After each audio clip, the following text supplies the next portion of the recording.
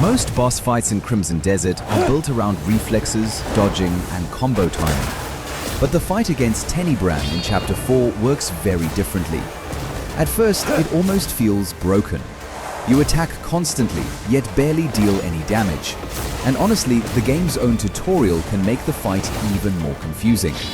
So if you're stuck wondering why your attacks aren't connecting, here's the actual mechanic behind the fight, and the fastest way to beat Tennibram. I spent way too long trying normal sword combos before realizing the boss fight isn't really testing combat skill. It's testing whether you understand the arena itself. Triggering the boss fight. Before the encounter begins, you need to use Axiom Force to remove the unstable Crimson core. Once that happens, Tennibram appears. And immediately, the fight starts feeling strange.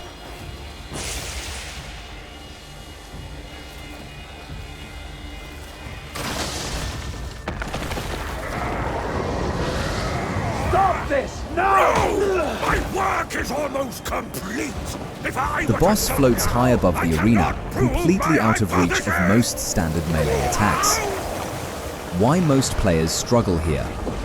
Early in the fight, the game shows a tutorial suggesting you use Blinding Flash to expose Tennibram's weak point. Technically, the tutorial is correct. Using the skill reveals a vulnerable core inside the corruption cloud. But there's a problem. Tennibram still hovers far above the ground, meaning normal sword attacks still can't reliably connect. If you're like most players, you probably waste several minutes trying jump attacks or aerial slashes that barely work.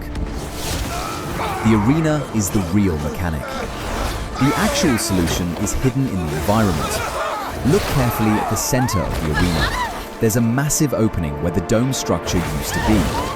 This pit is the key to the entire fight. Here's what you need to do. Jump over the center hole. Deploy your wings while gliding. Once you do, a strong updraft launches you high into the air. And this is the important part. It's the only reliable way to reach Tennibram properly. For this specific sequence, your movement ability basically turns into temporary flight. The real damage method. Once you reach the same height as Tennibram, forget fancy combos. Instead, use Force Palm directly on the boss. Controls. Controller, press the right stick. Mouse and keyboard, middle mouse button. One successful Force Palm hit removes a massive chunk of health, roughly 1/3 of Tennibram's HP bar. So the fight becomes very simple. Glide upward, hit with Force Palm, repeat. You don't actually need complicated sword combos at all. The one attack you must avoid. The most dangerous move Tennibram uses is the Shockwave attack. You'll know it's coming when the cloud stops moving. Dark energy begins gathering around it. At that moment, immediately back away. Try to move behind one of the pillars, because if the Shockwave hits while you're airborne, the fall damage alone can kill you. So, wait for the explosion, reposition, then use the updraft again.